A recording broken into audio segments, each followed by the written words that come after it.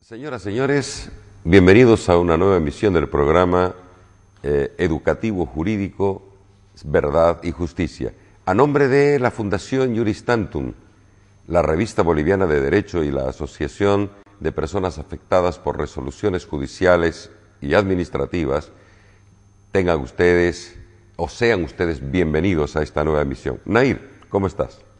Bueno, doctor, para iniciar este programa le comentamos que llevamos 3 meses de emisión de Verdad y Justicia a través de las pantallas de Canal 11 Televisión Universitaria.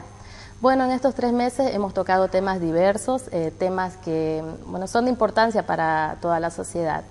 Y bueno, le doy la palabra al doctor Orlando Parada para que nos indique cuál es el tema del día de hoy.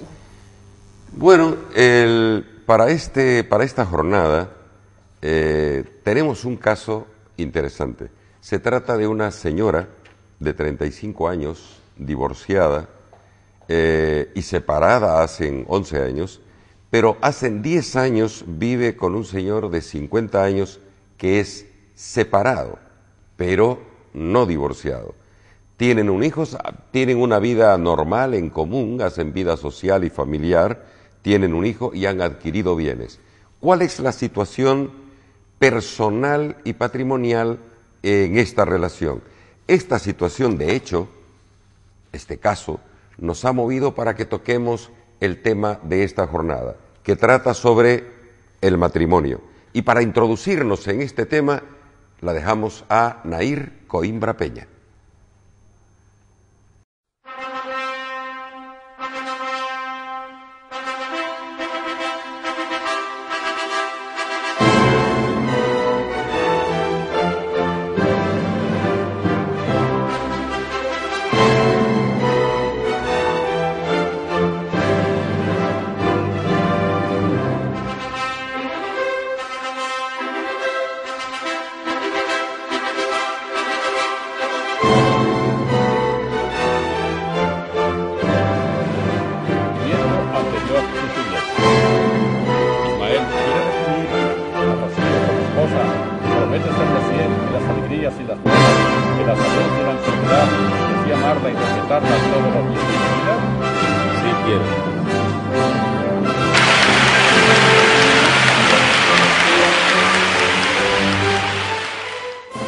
El matrimonio es una institución social que crea un vínculo conyugal entre sus miembros. Este lazo es reconocido socialmente, ya sea por medio de disposiciones jurídicas o por la vía de los usos y costumbres. El matrimonio establece entre los cónyuges una serie de obligaciones y derechos que varían dependiendo de cada sociedad. De igual manera, la unión matrimonial permite legitimar la filiación de los hijos procreados o adoptados, según las reglas del sistema de parentesco vigente. Solamente tiene validez legal el matrimonio civil, celebrado ante el oficial de registro civil. Sin embargo, el matrimonio religioso es válido y surte efecto legal cuando se lo realiza en lugares apartados de los centros poblados, donde no existan las oficialías de registro civil. El hecho de estar casados legalmente concede derechos y beneficios que mejoran y protegen tanto a los cónyuges como a los hijos. Estos beneficios pueden incluir el hacer juntos una declaración de impuestos, solicitar el seguro social, además de los beneficios para empleados como el del seguro médico familiar. Los cónyuges están obligados a vivir juntos, guardarse fidelidad y socorrerse mutuamente. La vida en pareja se trata también de cuidarse, protegerse y de sostenerse mutuamente, y eso también está contemplado por la ley. Al casarse tendrán la obligación de proveerse asistencia, salud y sustento económico y alimenticio, siempre en la medida de sus posibilidades individuales. Por otro lado, una pareja de hecho o unión libre es la unión de dos personas a fin de convivir de forma estable en una relación de afectividad análoga a la conyugal. Dada la vinculación afectiva y de convivencia entre los componentes de las parejas de hecho, que en ocasiones conlleva a una dependencia económica similar a la de un matrimonio, algunos ordenamientos jurídicos se han visto en la necesidad de regularlas para evitar el desamparo de alguno de los componentes de la pareja en ciertas situaciones, como muerte del otro, enfermedad, etc. Pero, ¿qué tipos de uniones son válidas ante la ley? ¿Los hijos de una pareja de hecho tienen los mismos derechos que los nacidos en un matrimonio? ¿En qué casos se puede invalidar un matrimonio o unión? Iniciamos Verdad y Justicia escuchando la opinión de la ciudadanía. El casado. ¿El casado por registro civil o religioso solamente? Es de los dos casos. No, soltero. Yo pienso que casarse porque uno quiere formar un hogar, ¿no? Soltero, matrimonio, toda la vida, sí. Porque es un mandato de Dios, casarse y ponerse en yugo, matrimonio. No, soy soltero, tengo a mi novia. Yo pienso que no es libre porque pienso para tener una relación estable hay que conocerse. Una cosa es enamorar, otra cosa es convivir.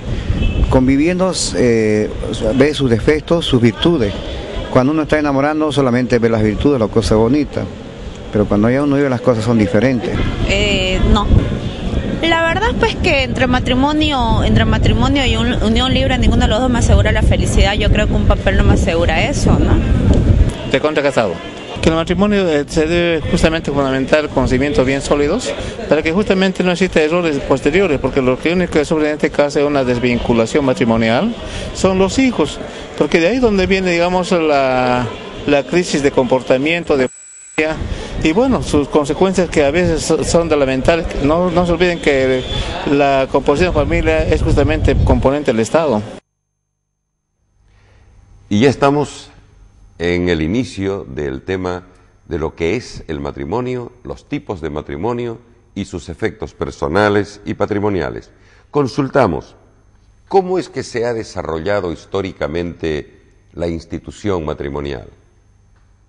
Desde la Declaración Universal de los Derechos Humanos, en 1948, se establece en su artículo 16 que el matrimonio y la familia debe estar bajo la protección del Estado. Y desde ahí, a partir de esta declaración, que las legislaciones en diversas partes del mundo empiezan a adecuar a sus legislaciones internas. Y es así que el matrimonio es una institución, ¿no? ¿Por qué institución? Porque es el Estado el que establece las reglas, los requisitos para contraer el matrimonio y también para disolverlo. No pueden ser las partes a voluntad de las partes. Y es así que en el siglo XXI que estamos, el tema de debate ya es cómo conservar la estabilidad de la familia. Porque el matrimonio es y va a ser y ha sido siempre la célula base de la sociedad en que vivimos. Y dentro de este matrimonio la legislación ha ido avanzando y el legislador no pudo cerrar los ojos a nuestra realidad en todas partes del mundo y en Latinoamérica también, en que había muchas uniones libres. Bueno, estábamos sonriendo porque el perrito de la doctora Gaby Suárez estaba queriendo también intervenir en la entrevista, pero no se lo permitimos. Volvemos al tema histórico del matrimonio. Y hay una institución que se denominó Sirwiñacu. ¿Qué es eso? Escuchemos. Vamos a remontarnos un poco a los antecedentes históricos del matrimonio, donde tenemos el Sirwiñacu. El Sirwiñacu era un matrimonio, de alguna forma, era una convivencia, más bien a prueba, donde el hombre se la llevaba a la mujer por un año, y en ese año veía si se iban o no a unir posteriormente en una unión libre, que era, esto se llamaba el Sirwiñacu. Volvemos a consultar a la doctora Gaby Suárez para preguntarle cuál es la importancia del matrimonio. Siempre va a tener importancia, nunca va a dejar de tener. Y como le dije al inicio de la entrevista, que ahora el tema es cómo conservar la estabilidad del matrimonio. Ya el tema del debate ya no es el aborto, ya no son las uniones libres como fue en el siglo pasado. En este siglo es cómo conservar ante tanta ruptura, ante tantas uniones o matrimonios que se desintegran por la migración en busca de mejores horizontes, que se van al exterior a trabajar Lo hemos visto aquí en Bolivia, la migración a España, a la Argentina. Entonces la desintegración familiar, o que también muchos se casan ya pensando en divorciarse. A mi caso, pero cuando uno les pregunta, ¿y lo has pensado bien? Si me va mal, me divorcio. Entonces eso no puede ser. Tenemos que tomar conciencia que en un matrimonio los grandes perdedores son los hijos, porque la pareja cada uno rehace su vida, pero y los hijos, los grandes perjudicados son los hijos, y un niño, una niña tiene que crecer saludable, bajo la protección de su familia, tener la figura paterna y materna. Y retornando al caso concreto que nos plantearon, ¿cuáles serían los requisitos para que, o si es posible que esta señora de 35 años, les había comentado, pueda contraer matrimonio civil con su conviviente de 10 años y que tiene 50 años? ¿Cuáles serían entonces los requisitos que deben cumplirse para que se ejecute y realizar el matrimonio civil? Para que nos contesten, recurrimos al periodista deportivo, abogado y oficial de registro civil, Delfo Limpias Méndez. En primer lugar, la voluntad de ellos. Para eso deben hacerse presente ambos en la oficina del oficial de registro civil para hacer su manifestación de que quieren casarse.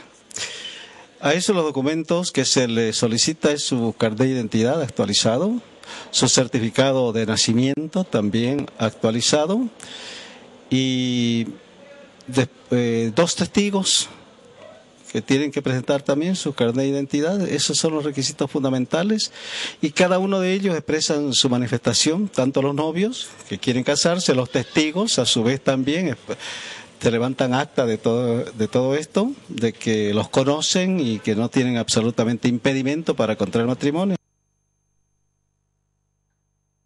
Continuamos con el doctor Delfo Limpias y ahora le preguntamos, ¿cuáles son los factores que podrían impedir un matrimonio? En primer lugar tiene que ver con que evidentemente no tiene que haber una relación consanguínea hasta el 4º grado, tampoco de afinidad hasta de igual grado. Tiene que estar absolutamente liberados de estado, es decir, que sean solteros o en su defecto, si son divorciados, tienen que presentar su documento acreditando que son divorciados, cualquiera de ellos, ¿no? Bueno, y fundamentalmente pues tienen que demostrar de que son de sexos diferentes, ¿no? Esos son los fundamentos que tiene que ver para que después no hayan problemas con nulidad o anulabilidad del matrimonio, ¿no? Estamos viendo que uno de los requisitos para que pueda efectivizarse el matrimonio civil es precisamente, además de la diferencia de sexo, el tema de la edad. Por eso consultamos, ¿los menores de edad pueden acceder a la posibilidad de contraer matrimonio civil? Pueden casarse siempre y cuando que tengan la autorización de los padres.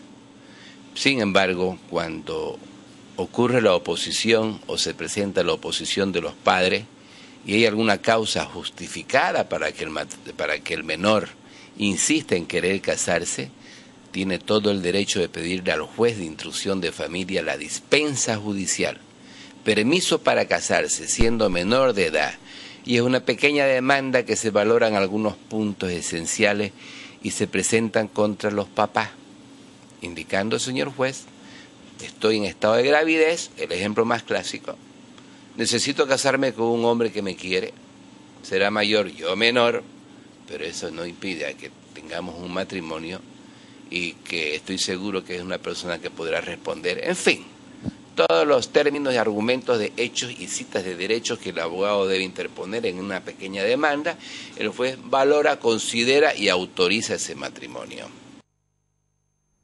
Insistimos con Tetelo Barrientos. ¿A partir de qué edad los jóvenes pueden casarse y a partir de qué edad requieren el permiso de los padres o autorización judicial? Para casarse se requiere ser mayor de edad, 18 años. Si una niña de 15 años está embarazada, pide permiso a los padres para casarse y el padre se opone porque, bueno, hagamos de cuenta de que el pretendiente no es una persona ideal para ella, los papás se pueden oponer. Esa niña puede acudir al juez a pedir la dispensa judicial. Ahora, ¿hasta qué edad el juez le puede dar la dispensa judicial? A su pregunta. Hagamos de cuenta que una niña lamentablemente tenga algún motivo y razón valedera para casarse a los 12 años. Y sigamos con el ejemplo, o 10 años por decirle, del embarazo, que muy pocas veces se da porque regularmente es después de los 12 años que da la pubertad a la niña, ¿no? Pero hagamos de cuenta que se presentará ese caso, que se presentan excepcionalmente. El juez decidirá lo mejor para esa menor, si autoriza el matrimonio o no autoriza el matrimonio, dado que esa niña ni siquiera ha llegado a completar la edad de la pubertad, ni a tener la etapa de la juventud, psicológicamente puede verse afectada y en fin, un montón de cosas. Por último, así tenga 16 años, 17 y está embarazada, el juez la puede negar la dispensa judicial, porque realmente el hombre con el que se quiere casar no la quiere a la mujer, a la niña esa. Entonces, en vez de darle un permiso para que se case, el juez le puede negar. O sea, hay que someter la causa a prueba y hacer las valoraciones que el juez considere pertinente para autorizar el permiso.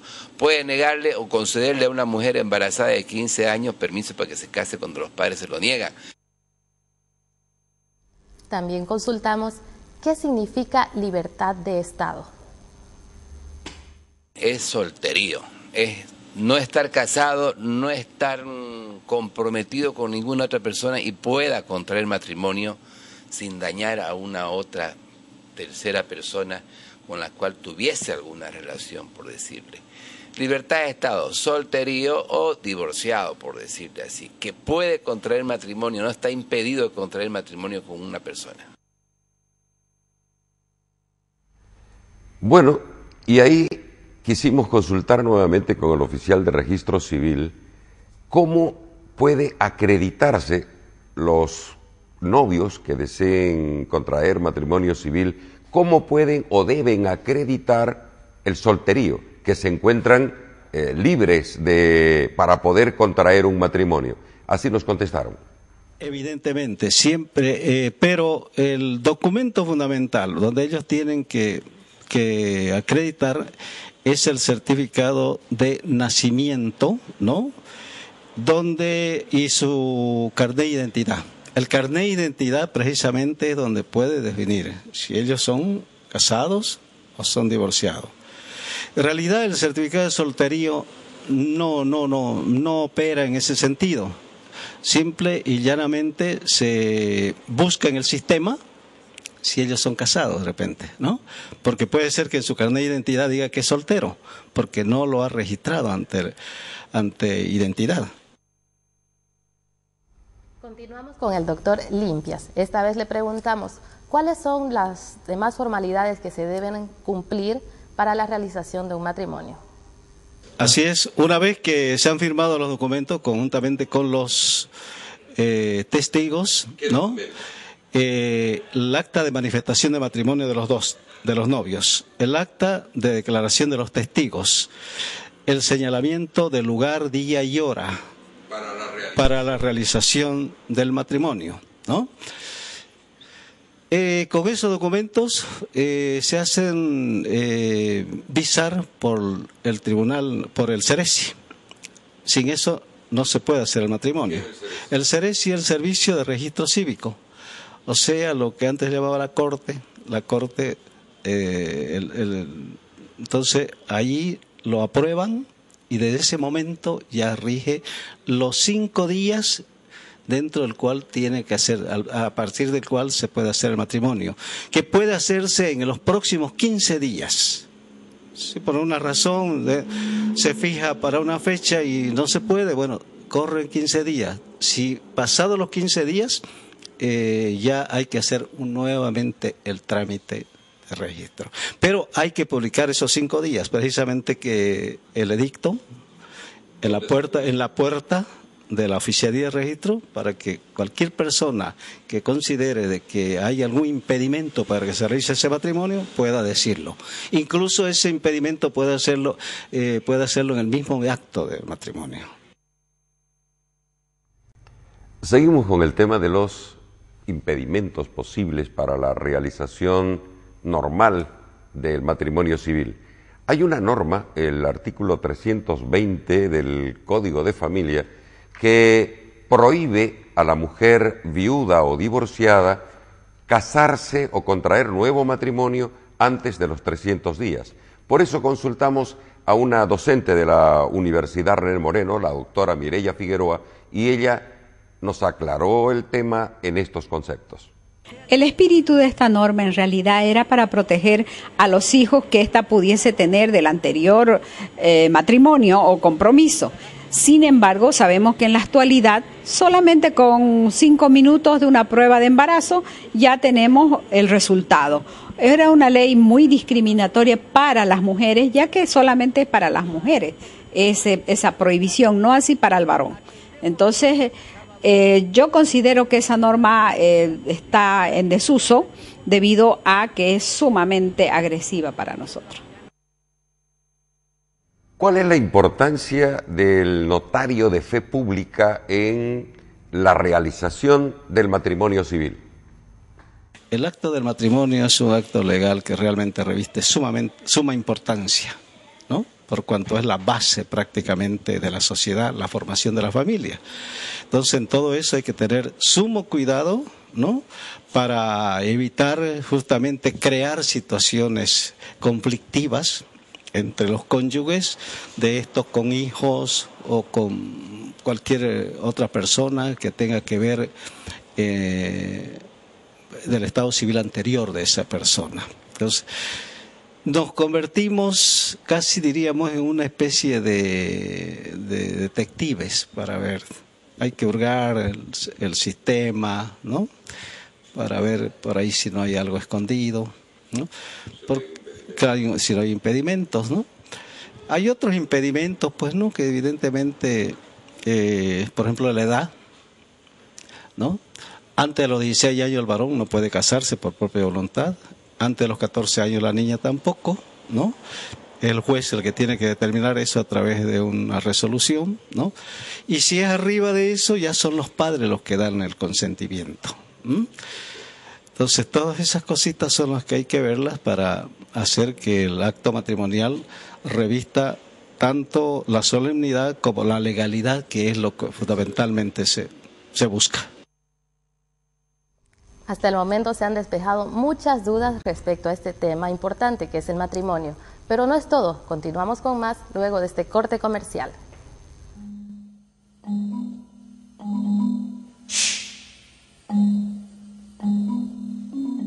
La verdad, la justicia, la visión de dos valores desde todas las miradas.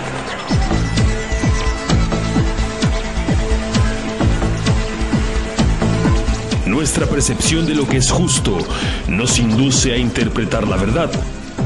La verdad es el fundamento de la justicia. Lunes a las 22 horas, sábado a las 13 horas. Verdad y Justicia, un programa diferente, un programa para usted. Solo por Televisión Universitaria.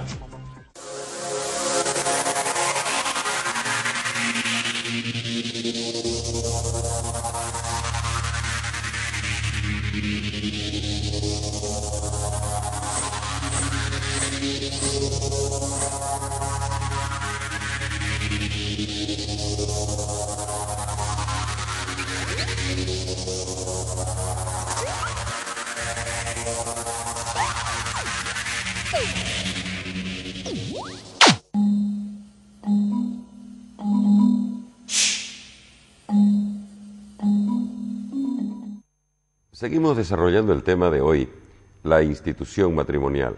Para ello, recurrimos vía Skype y videoconferencia, nos fuimos hasta Valencia, España, y allí le preguntamos a la doctora Rosa Moliner respecto a los tipos de matrimonio existentes? Hay un solo matrimonio reconocido, que es el matrimonio ordinario común, es decir, el matrimonio civil. Pero hecha esta manifestación así que parece que queda fuera todo lo demás, pues hay que hacer alguna matización. Primero, hay que tener en cuenta que la Constitución equipara las uniones libres en efectos al matrimonio. O sea, hay una equiparación de efectos al matrimonio. Segundo, los matrimonios religiosos, que en principio se pueden contraer, pero además del civil, hay determinados supuestos, y no me voy a entretener demasiado en esto, cuando se está fuera de un núcleo de población y no se tiene acceso fácil al registro, también se le reconocen determinados efectos. Y, por último, el matrimonio putativo, que también tiene determinados efectos reconocidos.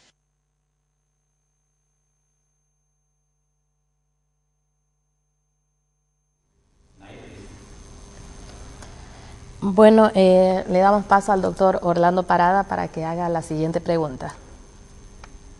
Ahí buscamos a la doctora Mireya Figueroa para consultarle respecto a los tipos de matrimonios que son reconocidos en el ordenamiento jurídico boliviano.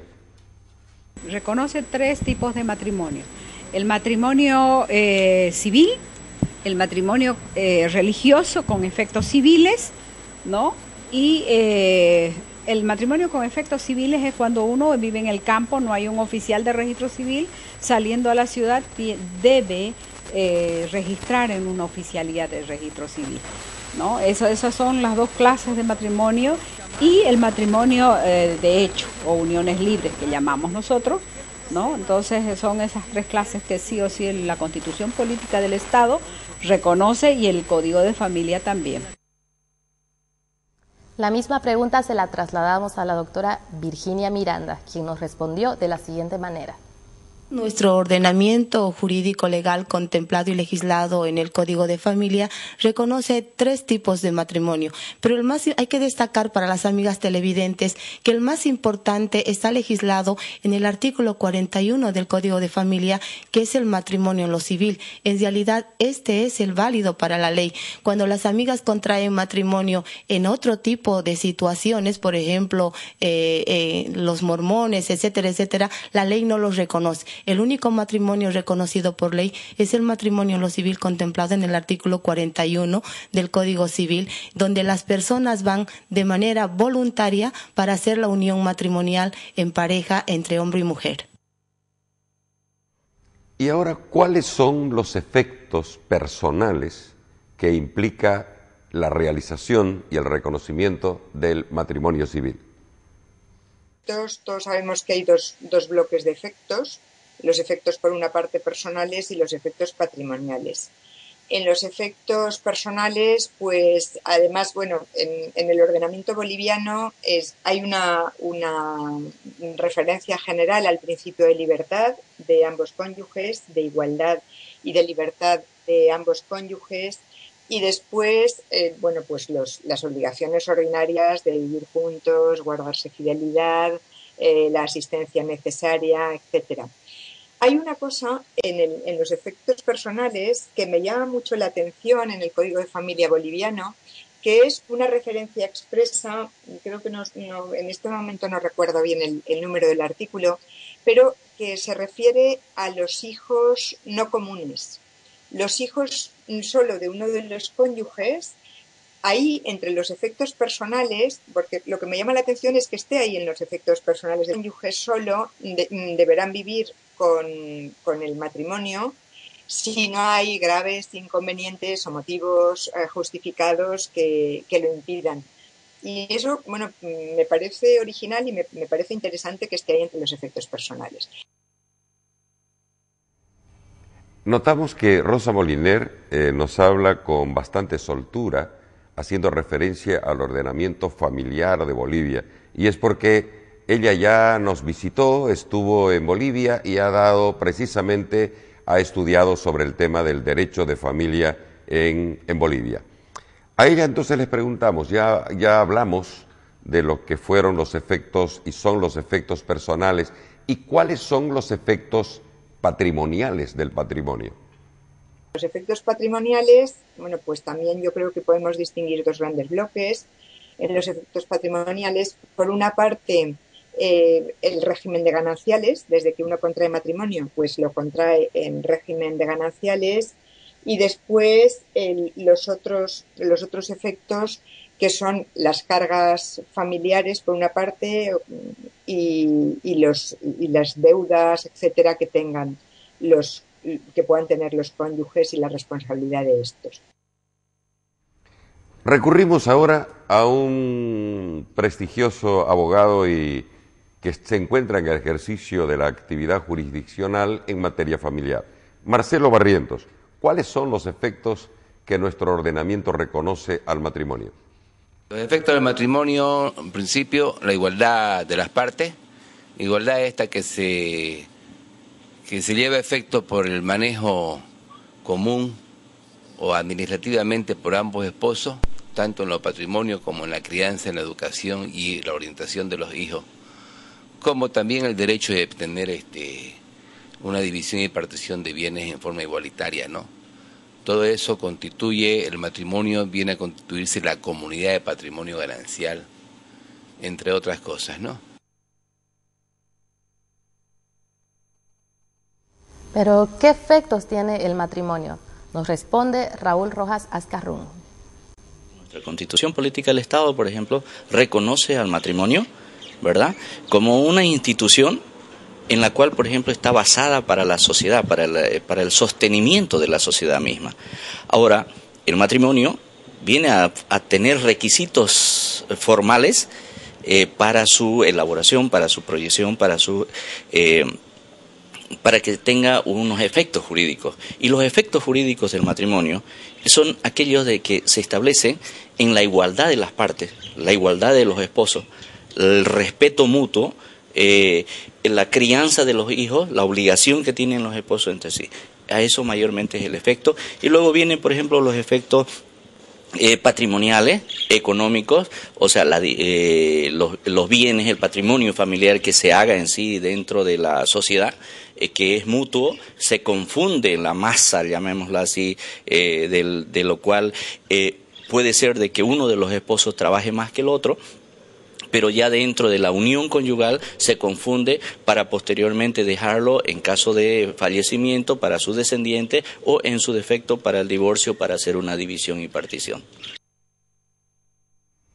Volvemos a ir hasta Valencia, España, y allí volvemos a preguntarle a Rosa Moliner, ¿existe alguna diferencia o cuál es esa diferencia entre el matrimonio putativo, la unión libre y la unión irregular?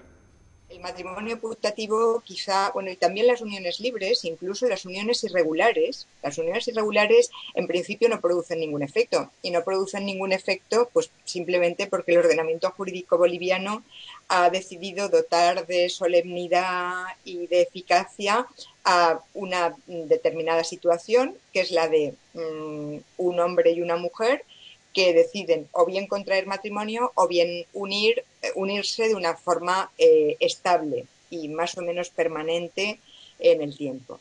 Pero incluso las uniones irregulares, que son aquellas que o no son estables o son plurales o no tienen alguno de los requisitos reconocidos que son los mismos que para contraer matrimonio, es decir, requisitos de capacidad, requisitos de no tener impedimentos, es decir, no estar casado, por ejemplo, etcétera, etcétera. Incluso a estas uniones irregulares se les reconocen determinados efectos también cuando hay buena fe. Lo que pasa es que aquí el problema es delimitar en una situación en que, por ejemplo, si hay un matrimonio constante, un matrimonio que ocurre con una unión libre, sucesiva o no sucesiva, sino coetánea. Yo creo que en determinados supuestos... Coetánea quiere decir al mismo tiempo. Al mismo tiempo, sí, coetánea al mismo tiempo, es decir, que hay un matrimonio, a lo mejor hay una separación de hecho, pero no hay un divorcio, por lo tanto subsiste el vínculo matrimonial, que es uno de los requisitos necesarios para poder o volver a contraer matrimonio, o sea, el que se haya disuelto el previo, es un requisito necesario bien para volver a contraer matrimonio o bien incluso para formalizar para tener una unión libre y que ésta produzca los efectos propios del matrimonio. Aquí, claro, en determinados supuestos se puede entender que sí que puede haber buena fe por parte de uno de los convivientes, sobre todo por el que no está casado. El que está casado yo creo que en ningún caso puede alegar que tiene buena fe porque sabe que está unido por un vínculo matrimonial. El otro, en principio, tampoco, porque hay un registro civil donde tienen acceso, registro civil que es público, al que tienen acceso todos los actos que inciden en la capacidad de obrar de las personas, es decir, todo aquello relacionado con el estado civil.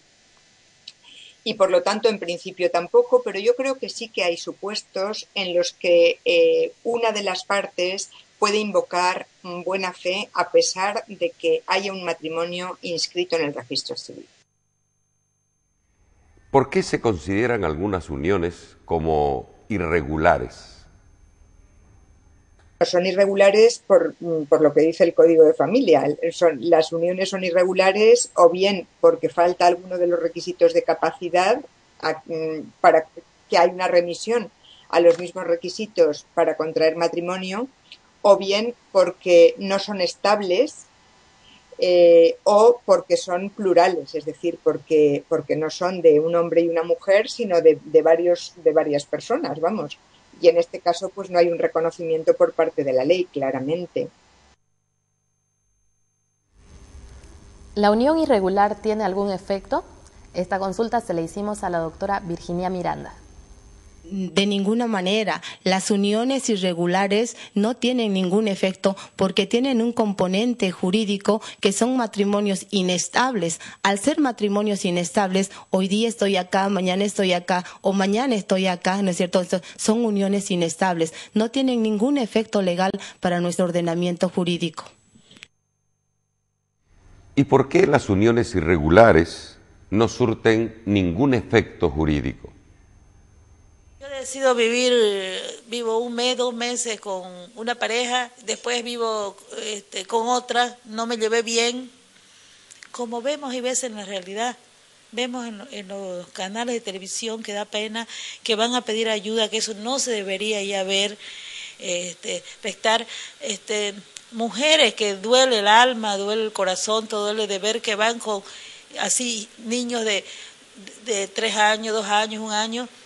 Y he visto veces que el periodista, el que la entrevista, le dice a pedir ayuda por salud o por algún otro motivo. ¿Y el papá dónde está? Bueno, me abandonó. Los abandonan los 3, no, es que yo primero tenía uno, me abandonó, y después con otro también me abandonó. Qué triste escuchar esas historias. Entonces, esas son uniones irregulares. Entonces, imagínense que uno ha vivido 2, 3 meses y va a querer hacer declarar esa unión de unos 2, 3 meses y empezar otra y otra pararía haciendo declarar uniones. Entonces, por eso la ley establece que tiene que haber, los requisitos para la unión libre son la estabilidad, la singularidad, ¿ya? Y la permanencia, el tiempo de permanencia, es decir, que una pareja vive en común como cual si fuera un matrimonio, que vivan en el mismo domicilio, duerma ahí, vaya a trabajar, están los hijos como si fuera una familia. Esa es unión. Entonces, si no reúne, si va de visita nomás, es una unión irregular, no vive en el mismo domicilio, va a visitarlo de vez en cuando, entonces son uniones irregulares, y ese es el motivo porque no surte efectos legales, porque el matrimonio es algo serio. Estos matrimonios o uniones irregulares, dicen nuestros entrevistados, no surten efectos. Insistimos, ¿por qué no surten efectos principalmente en lo que corresponde al patrimonio de ambos? El matrimonio irregular, si bien es cierto, está arreglado dentro de nuestra norma jurídica como materia especial en el Código de Familia, empero hay que tomar en consideración de que estos matrimonios irregulares son aquellos que por sus características establecen de que uno de los convivientes, no esposos, ¿no es cierto?, tienen algún impedimento legal para formalizar su matrimonio. Vale decir pongamos un ejemplo de que una persona sea casada y la otra no. Entonces, conviven, pero no pueden formalizarlo porque no tienen los requisitos legales. Entonces, para la persona soltera, con libertad de estado, valga el término, se lo toma como una persona, una contrayente de buena fe. Pero si el otro está casado, entonces no hay un efecto porque no hay una unión formal del matrimonio. O sea, no está regularizado y no ha cumplido los requisitos legales para su constitución formal. Siga en compañía de Verdad y Justicia. Luego de la pausa comercial, seguimos con este importante tema que es el matrimonio.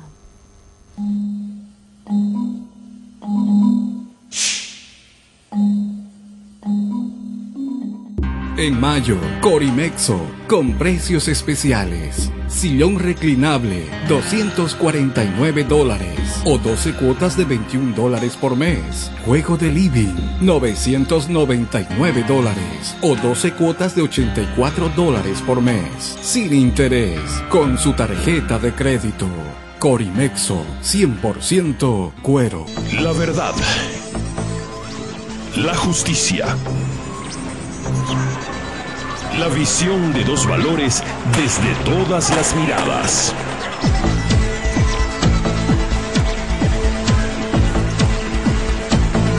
Nuestra percepción de lo que es justo nos induce a interpretar la verdad. La verdad es el fundamento de la justicia. Lunes a las 22 horas, sábado a las 13 horas. Verdad y Justicia, un programa diferente, un programa para usted, solo por Televisión Universitaria.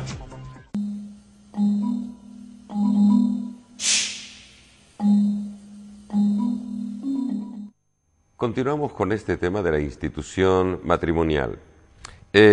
¿Cuál es, en qué consiste y si está reconocido en nuestro ordenamiento la unión libre o matrimonio de hecho? Es decir, cuando unas parejas o una pareja convive, pero no han registrado esa convivencia y esa voluntad de convivir, de hacerla matrimonio ante un oficial de registro civil. La relación estable y singular de una pareja que decide vivir en común. Estamos hablando de un hombre y una mujer que deciden vivir en común, ¿cómo? Que estuvieran casados. Entonces, y que tienen que reunir todos los requisitos para contraer matrimonio que establece la ley, como la edad mínima, que actualmente se establece y que tiene que modificarse, que es 14 años para la mujer y 16 para el hombre, diferencia de sexo, libertad de estado, o en otras palabras, que sean libres, que sean solteros, divorciados o viudos, porque si es una pareja en que uno es casado y el otro soltero, o viceversa, entonces ya no tiene los requisitos para contraer matrimonio. Entonces, y surte los mismos efectos legales que el matrimonio. Pero también es bueno recalcar que aquí los derechos no se activan por sí solos, sino que uno hay que activarlo. Entonces, hay que declarar la unión libre. Volvimos a consultar a la doctora Mireya Figueroa. ¿Debe existir libertad de Estado para que se reconozca un matrimonio de hecho? Sí, efectivamente, para que el Estado proteja a la pareja debe existir ciertos requisitos. 1, libertad de Estado es el principal, una convivencia permanente que tenga las mismas características del matrimonio y que haya buena fe de las partes, ¿no?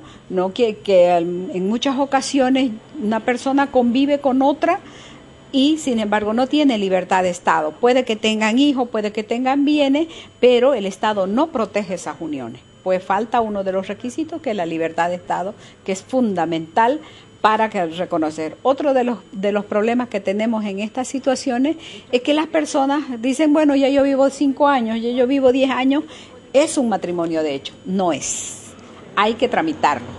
Y se tramita ante el juez instructor de familia de reconocimiento de unión libre de hecho, y en la generalidad de los casos es cuando se muere una de las partes, ¿no? Ahora, la otra situación, cuando una de las partes se va y tiene un matrimonio de hecho, ¿qué hacemos?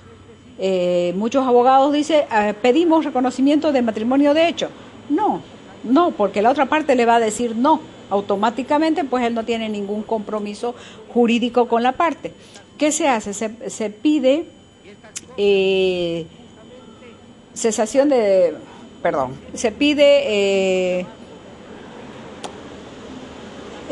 rescisión unilateral, ¿no? Y división y partición de bienes. Es todo lo que se puede pedir. No se puede pedir que nos casen y para luego separarnos, ¿no? Y eso se hace ante el juez de partido, porque hay bienes que partir. Insistimos con el tema.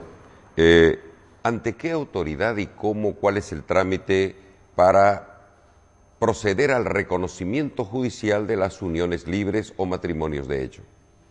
La ciudadanía sabe que la unión libre es legal en Bolivia, ¿ya? Pero hay que hacerla declarar como está actualmente nuestro Código de Familia. Y entonces hay que hacer un trámite ante el juez de instrucción de familia y declararle esta unión, ya con 4 testigos como mínimo, los certificados de nacimiento de los hijos que hayan nacido como producto de esta unión. Entonces hay que declararla y surte los mismos efectos que el matrimonio. Y en caso de separación se puede hacer una partición de bienes y bueno, todos los mismos efectos que el matrimonio civil. Entonces son legales las uniones libres, pero hay que hacerlas declarar. En las reformas con que se está trabajando el actual gobierno, se ha adelantado, se está dando un avance muy positivo en que las uniones libres ya se las van a registrar, las que están de común acuerdo. Es decir, como ahora decidimos buscar un oficial del registro civil para casarnos, con las reformas del Código de Familia que van a aprobar, está ya el proyecto en que va a ser la atribución de los notarios de fe pública, que van a ir ante el notario y van a registrar la unión libre, si están de acuerdo. Al comienzo o cuando ha pasado mucho tiempo, pero cuando se vuelve contencioso y uno quiere registrar y el otro no, entonces van a acudir nomás ante el juez, hacer el trámite judicial. Ahora pasamos a otro tipo de matrimonio. ¿Cuál es el matrimonio putativo y cuáles son sus efectos? ¿Qué es el matrimonio que se hace cuando una de las partes se casaba de buena fe? Cuando una de las partes se casó de buena fe creyendo que se estaba casando y en realidad no era así, entonces ese es el matrimonio putativo que ha dado lugar al Instituto en Derecho de Familia de las nulidades del matrimonio. Entonces la ley permite anularlo el matrimonio cuando se casa de buena fe. Ahora, este efecto, si ha habido hijos y una de las partes que el cónyuge que fue engañado o la cónyuge que fue engañada, que no se dé cuenta y que tiene hijos, los efectos no alcanzan estas nulidades a los hijos. Los hijos siguen teniendo todos los derechos como respecto a filiación, tienen derecho a la sucesión hereditaria, a los seguros médicos. Entonces el efecto es a la disolución, a anular ese matrimonio, pero a los hijos no. Y por ejemplo, de un matrimonio putativo, que el uno se ha casado, una de las partes se ha casado con otra persona y por eso engaña a la otra, a veces se casaban no teniendo libertad de Estado. Entonces, aparte de la anulación de ese matrimonio, que es un matrimonio putativo, la pareja que engañó tenía que enfrentar el proceso penal de bigamia, que es casarse 2 veces sin estar disuelto el matrimonio anterior, y eso iba a la esfera penal. Pero vuelvo a repetir, en cualquiera de los casos, en todo lo referente a la nulidad y anulabilidad del matrimonio que establece la ley, los efectos no alcanzan a los hijos. Reiterando, recapitulando, insistiendo, el matrimonio putativo vendría a ser aquel en el que una de las partes o ambas desconoce que la otra pareja, su cónyuge, tiene impedimentos para formalizar el matrimonio y realizan una convivencia como si ambos fueran libres, estuvieran con libertad de Estado, y no lo están. En este matrimonio putativo, ¿hay efectos patrimoniales? Yo creo que además está reconocido expresamente en el Código de Familia, porque incluso para estos supuestos se prevé respetar los efectos en relación al conviviente de buena fe. Lo que pasa que aquí hay que conectar los derechos del cónyuge de la primera unión, es decir, del matrimonio, y los derechos del conviviente. Y va a ser difícil. Hay otras situaciones en que es muy difícil el respetar los efectos de las dos uniones, porque naturalmente si no ha habido un divorcio y por lo tanto si no se ha disuelto el primer vínculo matrimonial, bueno, o el único vínculo matrimonial, el otro no es un vínculo matrimonial, aunque a efectos se reconozca exactamente igual. Si no se ha disuelto, claro, se mantiene el régimen de las sociedades gananciales. Vamos a hacer entonces ya en el final una recapitulación. Nuestro ordenamiento reconoce al matrimonio civil, que es el único matrimonio común ordinario, pero también le permite conceder efectos al matrimonio religioso, que luego es homologado ante la autoridad judicial o oficial de registro civil correspondiente, a las uniones libres o de hecho, a las uniones irregulares y finalmente al matrimonio putativo, donde donde hay impedimentos para el matrimonio, pero esos impedimentos son desconocidos de buena fe por una de las partes o por ambas. Ahora presentamos nuestro consultorio jurídico popular.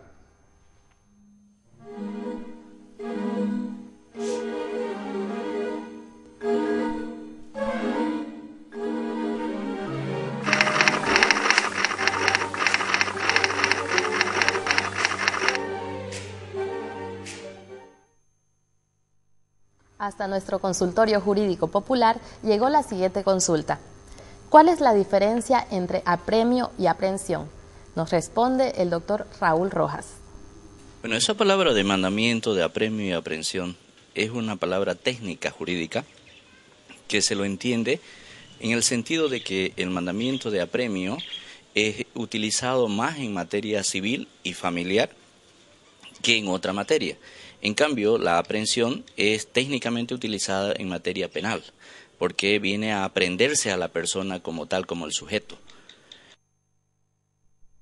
Y bueno, hemos llegado al final, Nair. Espero que las dudas que se habrían presentado a las personas interesadas que se encuentren en una situación similar se hubieran despejado. ¿Qué te parece? Bueno, yo creo que sí. Yo creo que la persona que envió su consulta hasta Verdad y Justicia ha despejado sus dudas. Claro que siempre queda alguna duda o pregunta pendiente.